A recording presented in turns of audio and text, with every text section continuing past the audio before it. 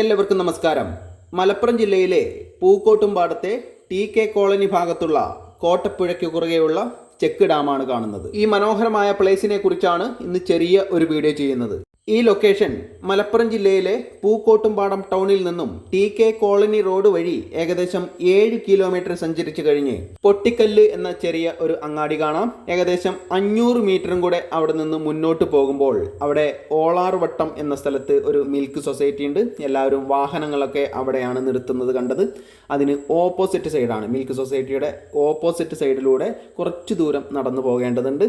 അവിടെയാണ് ഈ check dam ഉള്ളത്. കുറേ വർഷങ്ങൾക്ക് മുൻപ് മൈനർ ഇറിഗേഷൻ പദ്ധതിയിൽ കർഷകർക്ക് ജലസേചനത്തിന് വേണ്ടിയിട്ടാണ് ഈ ചെക്ക് ഡാം നിർമ്മിച്ചിട്ടുള്ളത്.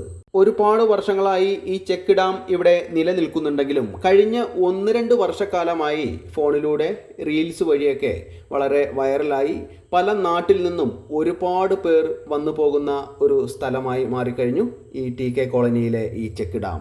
ഇനി അങ്ങോട്ട് പോയപ്പോൾ എനിക്ക് എന്ത് തോന്നി എന്ന് പറയാം. നല്ല റോഡാണ്, പോകുന്ന റോഡ് നല്ല പ്ലെയിൻ റോഡ് തന്നെയാണ്. അതുപോലെ തന്നെ മലയോര മേഖലയാണ്. നല്ല പ്രകൃതി ഭംഗിയൊക്കെ ആസ്വദിച്ചുകൊണ്ട് തന്നെ പോകാം. അങ്ങനെ അവിടെ എത്തിക്കഴിഞ്ഞാൽ നല്ല വ്യൂ ആണ്.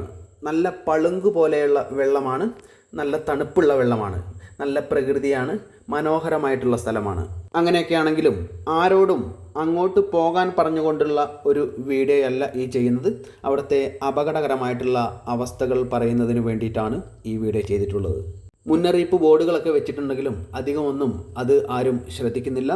കുറച്ച് മാസങ്ങൾക്ക് മുൻപ് ഒരു യുവാവ് ഇവിടെ മരണപ്പെട്ടിരുന്നു. നല്ല കുത്തൊഴുക്കുള്ള സ്ഥലങ്ങളുണ്ട്, നല്ല കുഴിയുള്ള സ്ഥലങ്ങളുണ്ട്. പശ്ചിമഘട്ട മേഖലയാണ്. ഒരുപാട് മലകളിൽ നിന്നും പെട്ടെന്ന് വെള്ളം വരുന്ന സ്ഥിതി. ഇപ്പം നമ്മൾ ഈ നിൽക്കുന്ന സ്ഥലത്തൊന്നും മഴയൊന്നും ഉണ്ടാവില്ല, അപ്പോൾ വെള്ളം കുറവായിരിക്കും എന്ന് തോന്നുകയാണെങ്കിലും മലയ്ക്ക് മഴ പെയ്ത് പെട്ടെന്ന് വെള്ളം വരുന്ന സ്ഥിതിയുള്ള ഒരു പുഴയാണ് കോട്ടപ്പുഴ. അങ്ങോട്ട് പോകണമെന്നോ പോകണ്ട എന്നോ ഒന്നും പറയാനുള്ള അധികാരം എനിക്കില്ലെങ്കിലും ഒരു കണ്ട കാര്യം കൂടെ പറഞ്ഞുകൊണ്ട് ഞാൻ ഈ നിർത്തുകയാണ്. 5 കുട്ടികൾ വന്നിരുന്നു. 5 കുട്ടികളിൽ 4 പേർക്കും നല്ല ധൈര്യമുണ്ടായിരുന്നു. 4 പേരും അങ്ങനെ നീന്തുന്ന സമയത്ത് ധൈര്യമില്ലാതെയാണെങ്കിൽ പോലും ഞാൻ മോശക്കാരനാവരുത് എന്നുള്ള തോന്നലിൽ 5-മത്തെ ആൾ ചാടിയപ്പോൾ അദ്ദേഹം വളരെ പേടിച്ചുകൊണ്ടായിരുന്നു ചാടിയത്. എങ്കിലും ചാടി അവരൊക്കെ നീന്തി എത്തിയെങ്കിലും അങ്ങനെ ഈ പോകുന്നവർ വളരെ ശ്രദ്ധിക്കേണ്ടതാണ്. ഒപ്പമുള്ളവരൊക്കെ നീന്താൻ അറിയുന്നവരാണോ എന്നൊക്കെ ശ്രദ്ധിച്ചുകൊണ്ട് വേണം വെള്ളത്തിലിറങ്ങാൻ. അപ്പോൾ എല്ലാവരും വളരെ ശ്രദ്ധിക്കണം എന്ന് പറയാൻ വേണ്ടിയിട്ടാണ് ഈ വീഡിയോ ചെയ്തിട്ടുള്ളത്.